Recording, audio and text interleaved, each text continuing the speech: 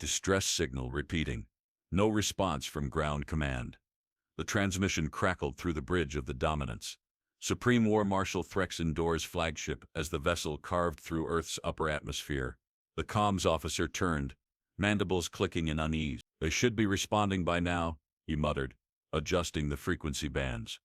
Threxendor stood motionless, arms folded behind his back, his armor gleaming under the bridge's synthetic lighting. His violet irises flickered as he absorbed the readings pouring across the console. The planet below was nothing remarkable at first glance. A world of blue and green, scarred with oceans and mountains. Yet it held the dubious honor of being marked a Class 12 Deathworld. Now, in the wake of their lost science vessel, questions loomed like a gathering storm. "Send another ping," Trexen ordered, his voice an edged blade. The signal pulsed out. Silence followed. Across the bridge, Vorak Endil, the lone survivor from the research team, pressed his back against the bulkhead, staring at nothing, his pale, translucent skin drawn taut over his angular frame. His fingers trembled, gripping the frayed edge of his tunic. "What did you see down there?" Trexen demanded. Vorak blinked once. The haunted look in his sunken eyes said more than words could. "It's not the planet," Vorak whispered, his voice scraping against the tension in the room. "It's not the predators. It's them." The bridge lighting flickered. Instruments recalibrated themselves unprompted. Unregistered electromagnetic distortions detected. The sensor officer barked. "It's interfering with all long-range scans." Trexen exhaled sharply through his nostril. Disturbances weren't unheard of on Deathworlds. Violent atmospheres, rogue magnetic fields, tectonic anomalies. He had conquered worlds where lightning split the sky like a wrathful deity, and where the air itself corroded armor plating. But this, launch an aerial probe. "I want a full diagnostic," he ordered. The probe ejected from the Dominance, plunging through the thick cloud cover like a falling ember. A moment later its transmission relayed back, its data stream sharp, efficient, until it cut out. A heartbeat later, a message returned. Not static, not an error code. A voice. "You shouldn't have come." The bridge plunged into silence, save for the uneven breathing of Vorak. Trexen's muscles coiled. He pivoted toward the communications officer. "Confirm signal origin." "Unknown," the officer choked out. It came from the probe itself, but we lost telemetry before it crashed." He hesitated. It was rewritten. Trexen's pupils contracted. Something was wrong. Deeply, systemically wrong. A warning klaxon erupted through the ship. "Commander, autonomous defense systems activating. Unknown aerial projectiles inbound." Trexen moved faster than thought. The planetary defenses were unmanned, automated, and yet they were responding. Evasive maneuvers pull us back above orbital range. The Dominance lurched, its inertial dampeners struggling as blinding streaks of hypersonic projectiles tore through the sky. The hull reverberated as one found its mark, shearing across the forward shielding with a kinetic impact that sent the entire command deck into a brief gravitational stutter. Through the viewport, Earth loomed larger, its cloud systems twisting like white serpents. And then the planetary defenses stopped. No more missiles, no follow-up fire. A cold realization crawled into Trexen's gut.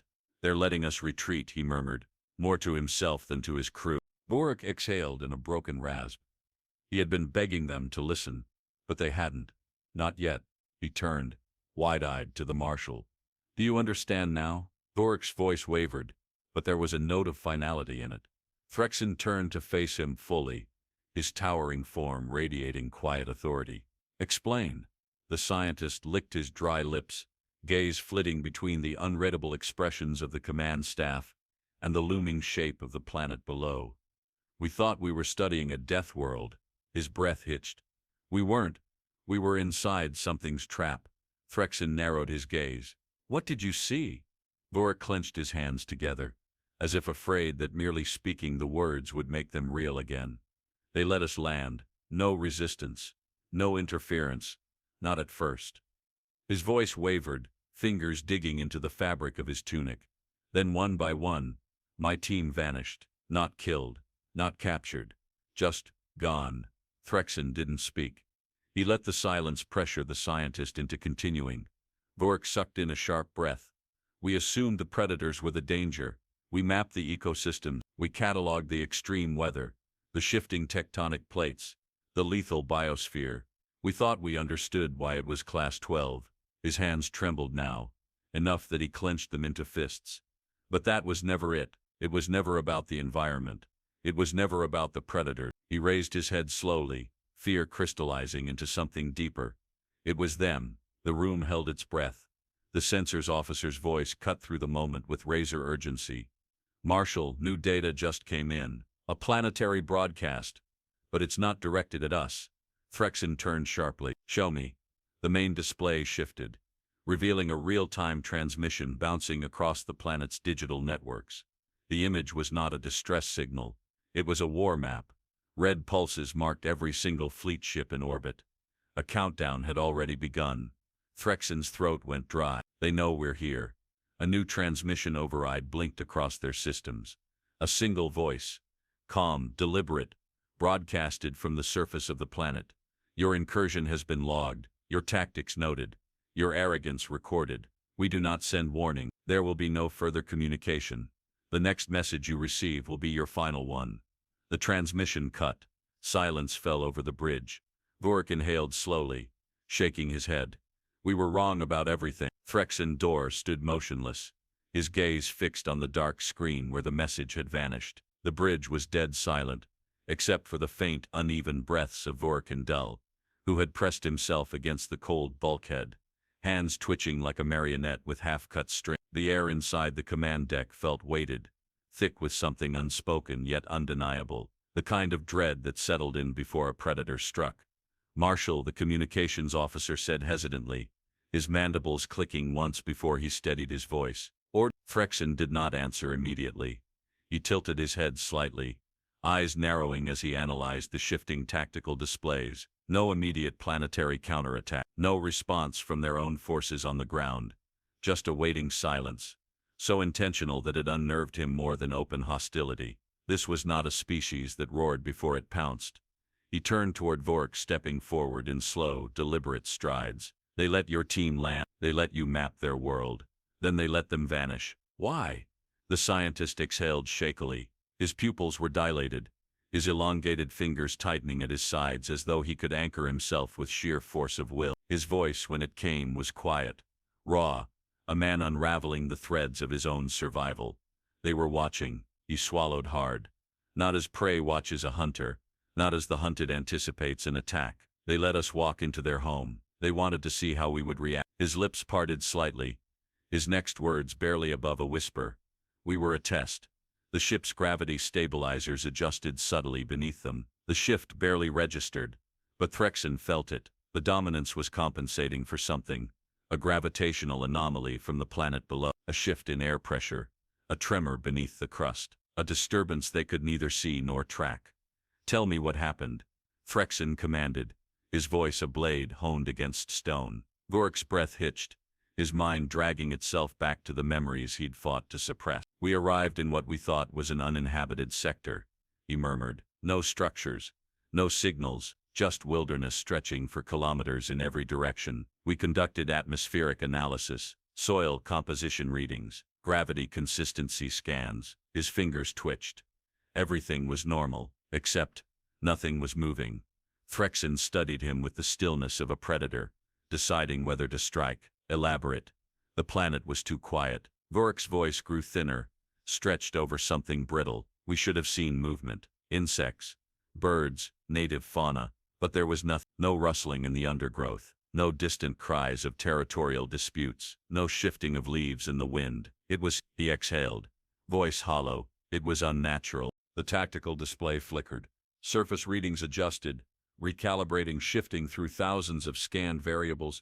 The AI reported no definitive anomalies, just subtle inconsistencies, shifts in electromagnetic frequency, minor fluctuations in atmospheric density. Nothing that should have been threatening, everything that was wrong. Vorak's fingers curled against the metal wall behind him. We set up a base camp, began exploration. One of our crew wandered off alone, his breathing hitched slightly. We never heard a sound. One moment he was there, the next, his voice trailed off. Threxen frowned. Did you check your recorded logs? Vorak nodded stiffly. We played them back, frame by frame. There was nothing, no movement, no disturbance. He was there, then he wasn't. The bridge crew shifted uneasily. Threxen remained unreadable. Continue. The scientist swallowed again, his throat dry, his body bracing against something unseen. We doubled security. We used motion scanners, thermal detection, ultraviolet sweeps. Nothing registered. The readings said the area was empty, but then, they started disappearing faster. Pairs, small groups, not a single sound, not a trace left behind. His voice dropped lower, edged with something raw. And the worst part, he let out a slow, fractured exhale. When we ran, the terrain changed. Threxen's brow furrowed slightly. Changed how? The maps were wrong. Vorak whispered. Landmarks we marked an hour prior were gone. The terrain wasn't static. It was shifting around us. Paths we had crossed led to dead ends. Coordinates that should have taken us back to our landing site led deeper into the unknown. His eyes darkened. It was like the planet itself was rearranging, trapping us in something we couldn't understand. One of the bridge officers whispered something under his breath. No one rebuked him. The tension in the room had become something tangible, wrapping around them like an unseen vice. Threxen's jaw tightened. And yet you survived. Vorak's lips pressed into a thin, almost bitter line. They let me survive. The words landed heavier than they should have, the kind of weight that settled in the stomach, like lead. Threxen stared at him for a long moment. Then he turned sharply toward the comms officer. Patch me through to the Galactic Council High Command, now. The officer hesitated. Marshal, long-range transmissions are being scrambled. Threxen finished coldly. He turned to the sensors officer. Run diagnostics on the interference pattern. See if it's planetary or artificial. Before the order was even fully given, the officer's screen flickered violently. Data streams flooded with static. The bridge's lights dimmed briefly. A sharp, rapid oscillation flared through their frequency bands before stabilizing. Then the transmission came through. It was not from the Galactic Council. The voice returned. You are asking the wrong questions, Supreme War Marshal. The bridge fell into absolute silence. Threxen Dor's muscles coiled like a spring, tension bleeding through every inch of his frame. His throat tightened, with something that had nothing to do with fear, and everything to do with pure calculated realization. They had never been in control of this mission, not from the moment they entered the system, not from the moment they approached orbit. And now, with their own transmissions intercepted and rewritten before they even reached their destination, one truth became sickeningly clear. They had never been watching Earth. Earth had been watching them. Threxen Dor's jaw tightened, his fingers curling into fists at his side.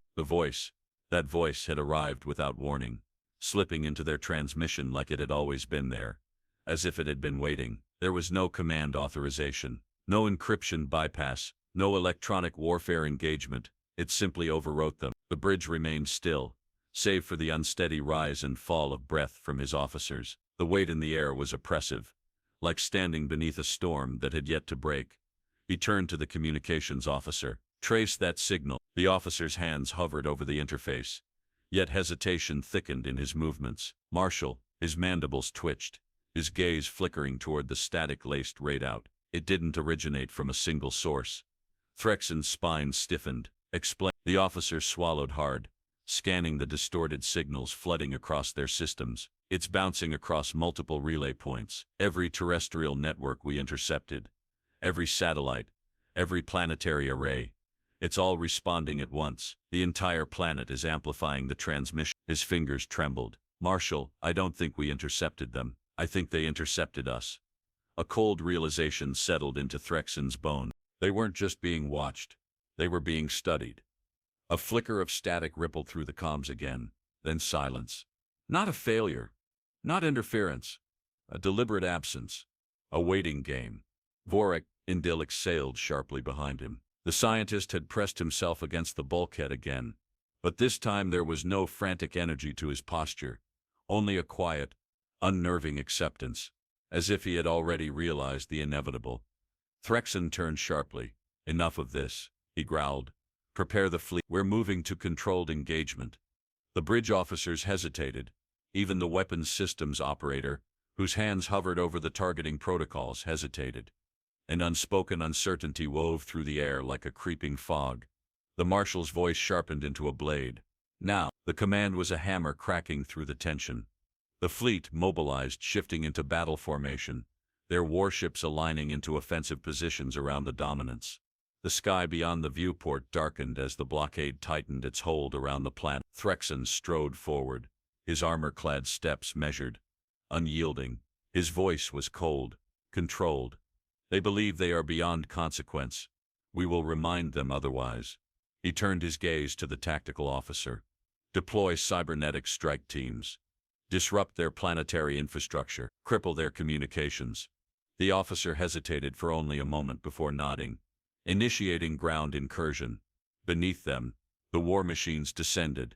Shuttles, black as voided iron, plunged through the cloud cover, their drop paths optimized for disruption. Automated shock troopers, machines built to dismantle defenses before armies landed, tore through the sky in silent, calculated descent. The first signal of engagement pulsed back through the command interface. Threxen exhaled slowly. At last, then everything collapsed. The first transmission from the surface came in, not from their own forces, but from the invading teams themselves. Static, then garbled voices, then screams.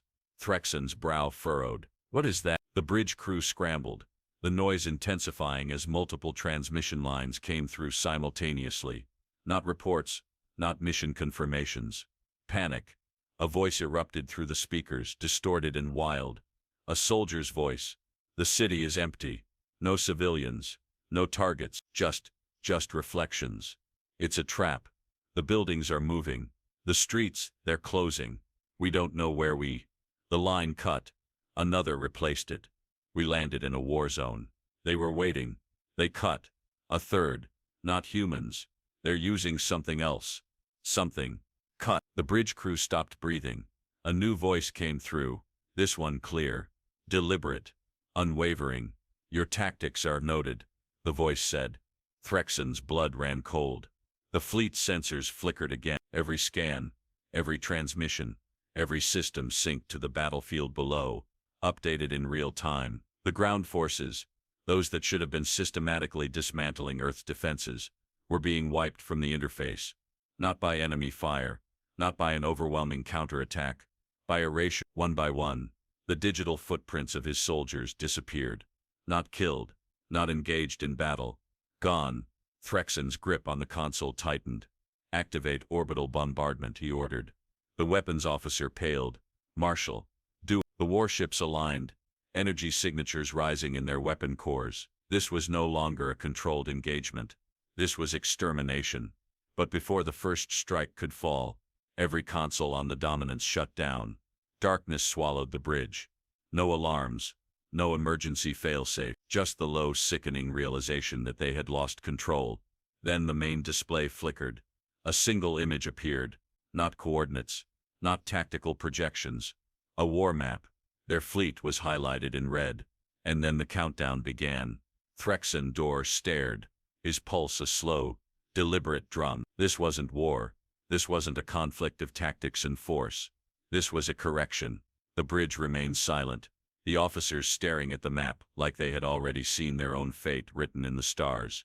Then for the first time, Threxen spoke not as a war marshal, but as a man who finally understood.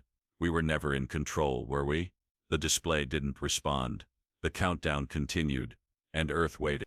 The countdown pulsed on the darkened screens, each second stretching into something heavier, something final. The bridge of the Dominance stood frozen, the officers held in a state of unnatural stillness, as if movement itself might accelerate the inevitable. Threxen Dor did not move. The war marshal had seen death in every shade, watched entire species burned from existence, their final screams swallowed by the cold apathy of warfare. He had orchestrated planetary sieges, where the soil itself turned 10 glass beneath relentless bombardment. He had never hesitated, never second-guessed. And yet here, staring at the silent war map, he felt something unfamiliar tighten around his chest. "Marshal!" The tactical officer's voice was strained, the single word edged with something he had never heard from his crew before. Not fear, not desperation, something colder, recognition. Threxen's gaze shifted toward the main display, scanning the digital battlefield. The countdown was not for them. It was for what was already happening.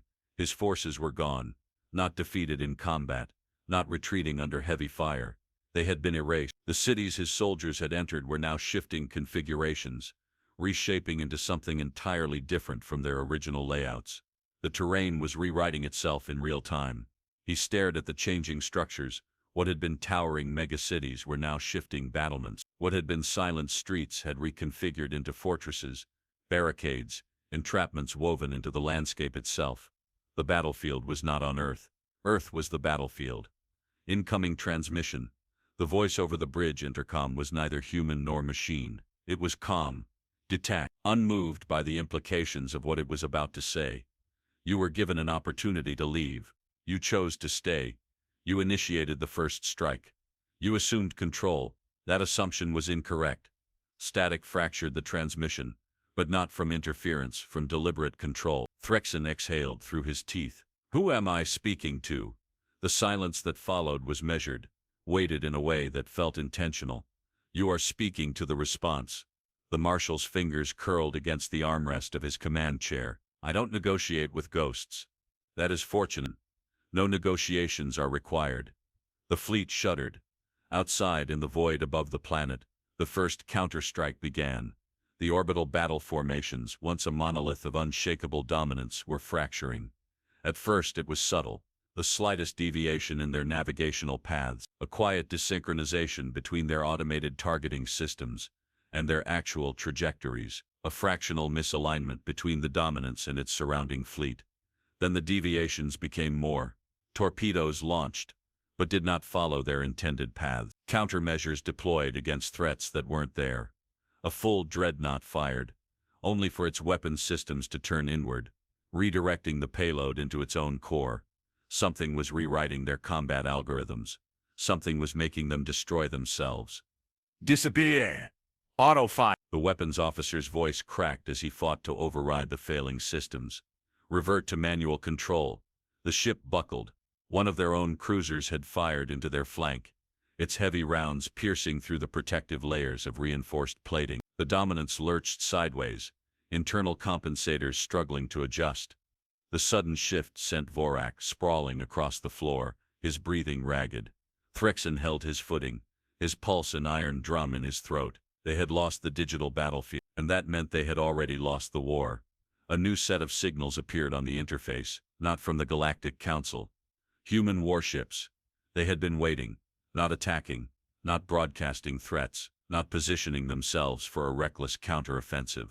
Waiting. Now, as the invasion fleet fractured, they moved. The first salvo did not come from energy weapons, nor conventional projectile strikes. It came from the planet itself.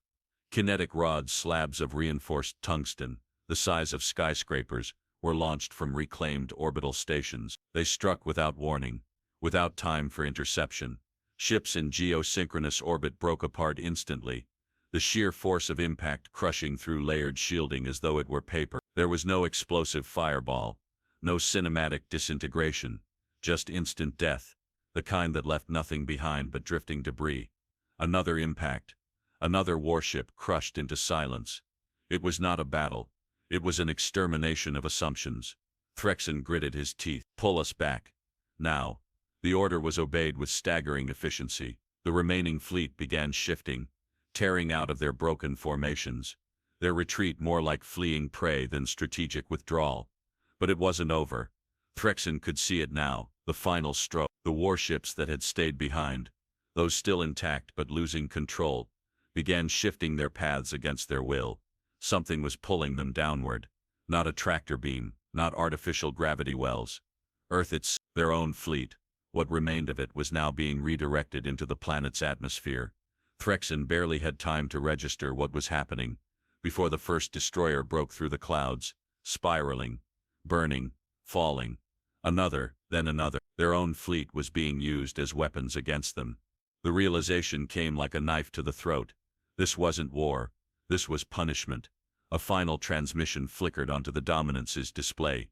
This time it was not an anonymous voice, not an AI-driven response. It was a man stood before them, dark-eyed, unreadable, human. He did not look victorious. He did not look angry. He simply looked through them, as if he were watching something far, far smaller than himself. When he spoke, it was not with arrogance, nor threat, nor malice. It was just the truth. Retreat is accepted, but you do not leave unmarked. The transmission cut. Outside, the final warships collapsed through Earth's gravity field, spiraling into the waiting embrace of the surface. And Threxen Dor, Supreme War Marshal of the Galactic Council, stood on his bridge, staring at the dying remnants of his once invincible fleet, realizing at last that he had never truly been the predator. He had been the less. Threxen Dor stood motionless, watching as the remains of his once mighty fleet plummeted into the planet that had undone him. The screen before him flickered with impact reports, each confirming what he already knew.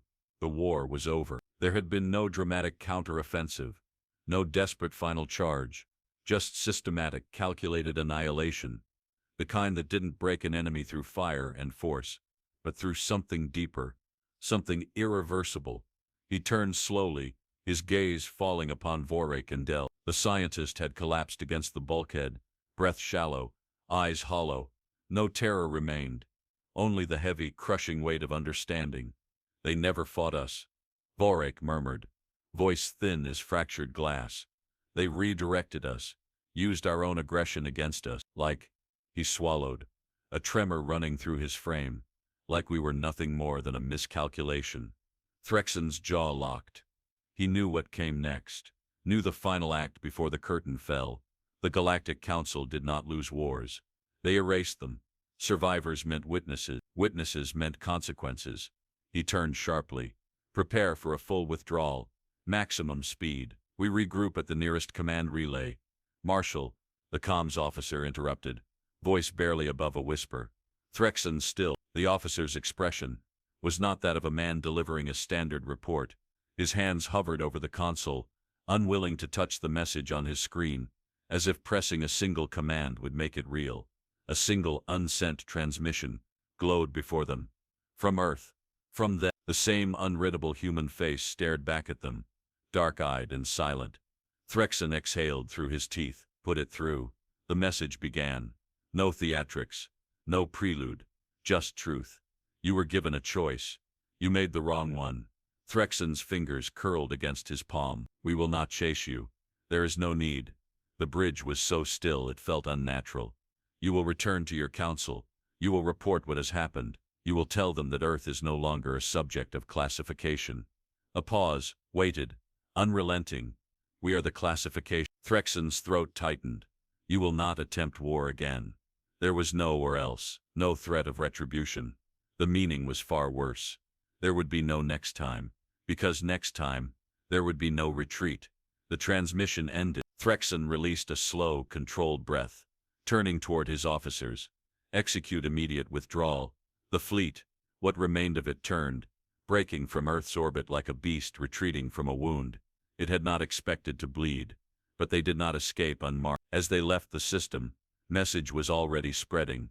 The Galactic Council's encrypted relays, the deep space archives, the war logs stored in networks designed to withstand entire planetary collapses. Earth was inside them now. The transmissions had never been interference. They had been entry points. Their war records were already rewritten. Their navigation systems altered. Their council's communications infiltrated. Every world under their domain would see it, would know. Earth had never been a question of classification. It had been the answer, and now, it was the lesson. Threxen Dor closed his eyes, exhaling slow and steady. He had started this war believing humans were simply another unpredictable species, a feral anomaly in an otherwise calculable galaxy. But war was never about who had the most advanced ships, the strongest weapons, the largest fleets. It had always been about who dictated the terms of survival, and humanity in its cold, silent way had done exactly that, not through domination, not through eradication, through inevitability. The Council would not need a second war, because the first had never truly been a battle. It had been a correction, a realignment of understanding, and Earth had simply let them see it.